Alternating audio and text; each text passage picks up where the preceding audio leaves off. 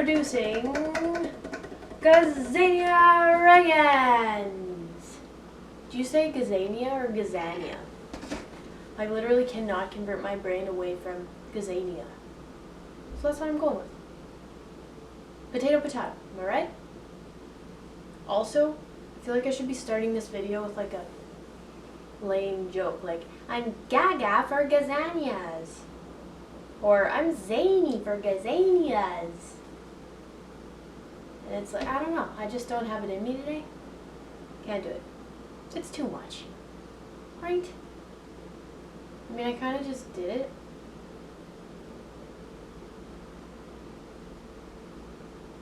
Anyway. Gazania regans, aka treasure flower, aka African daisy. The South African beauty, to be sure.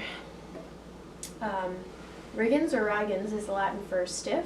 That's referring to these evergreen leaves. They're not delicate, I'll say that. Gazanias are a perennial in zones 9 to 11. In my zone, which is 4A, they're an annual. However, they do bounce back from light frosts really well, so that's a huge bonus. And here's two really cool things about Gazanias.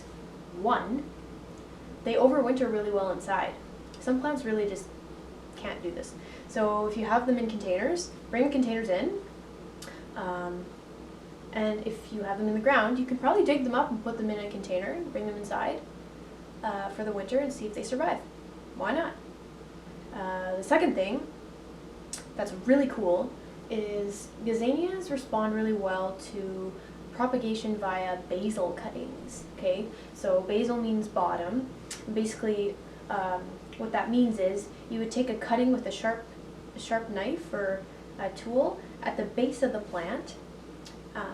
If you wanted to plant them somewhere else, if your Gazanias are getting too crowded for your liking, if you just want to spread them. Here's a basal cutting that I took just a few weeks ago. And I'm curious to see if I can overwinter it. Just get rid of this leaf because it doesn't look that nice. But here you can see the base. Here's a close-up. And usually basal cuttings are done in the springtime, so this is a little weird. It's September here right now, but I'm an experimental gardener and I'm going to see if I can keep these guys alive, plant them in some soil over the winter. Gazanias are really low maintenance as far as plant care goes. They like full sun, that's really important, and dry sandy soils. The main thing you can do wrong is overwater them. They can be prone to stem rot and root rot if they get too much water, so watch that. Make sure the soil's dry before you're watering. Gazania seeds are pretty special. They're these little sort of fluff balls.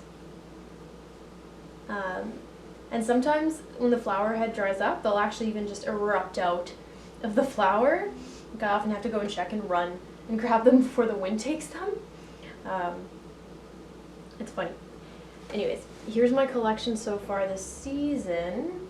Pretty much most of my Gazanias have gone to seed. You can see there's really not a lot of flower action going on here.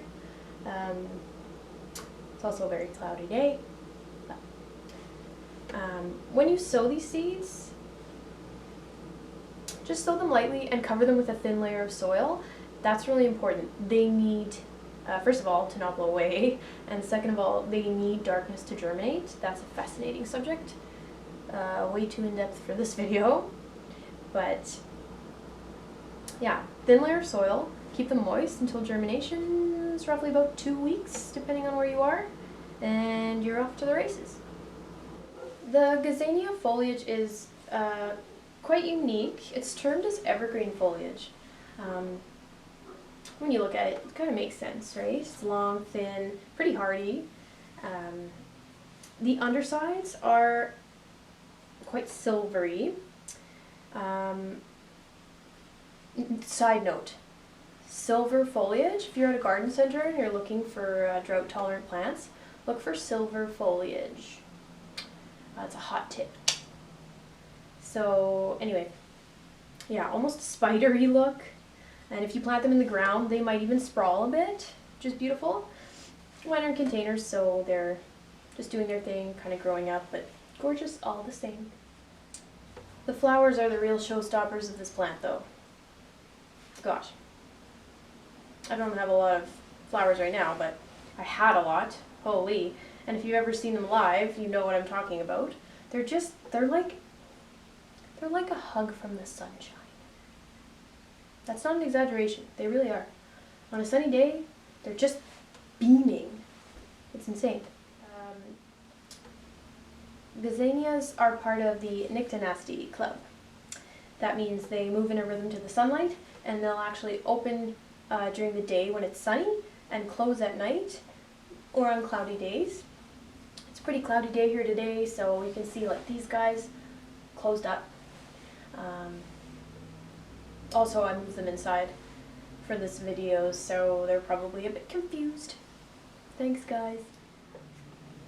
Here's a photo of a closed one.